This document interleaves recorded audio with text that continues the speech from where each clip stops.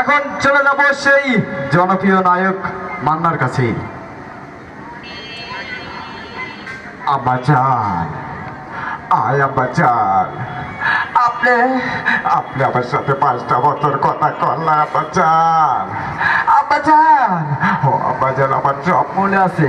নবাব আমার আব্বা কলকাতাতে চাইছে। নবাব বেন সাহেব, আয় বেন সাহেব, আপনিও আমার কোনোদিন ভালোবাসেন না বেন সাহেব।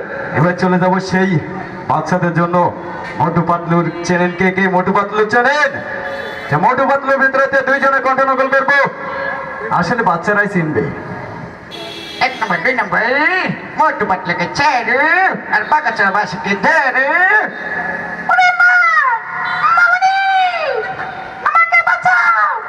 এবার আসছেই এপার বাংলার কৌতুক শিল্পী মজিবর।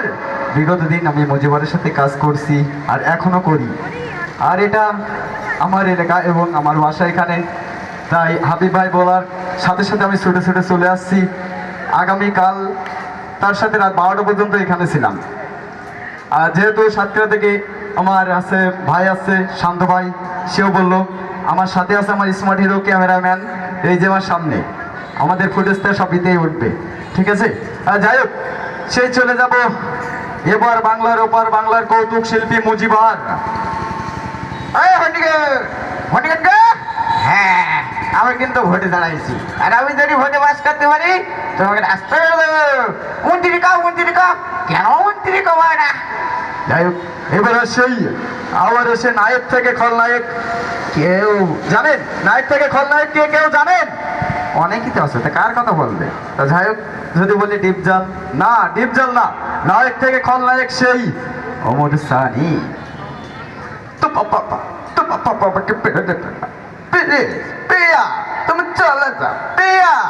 যাই হোক, আমি ধন্য মার্শেল শুভ উদ্বোধনের জন্য।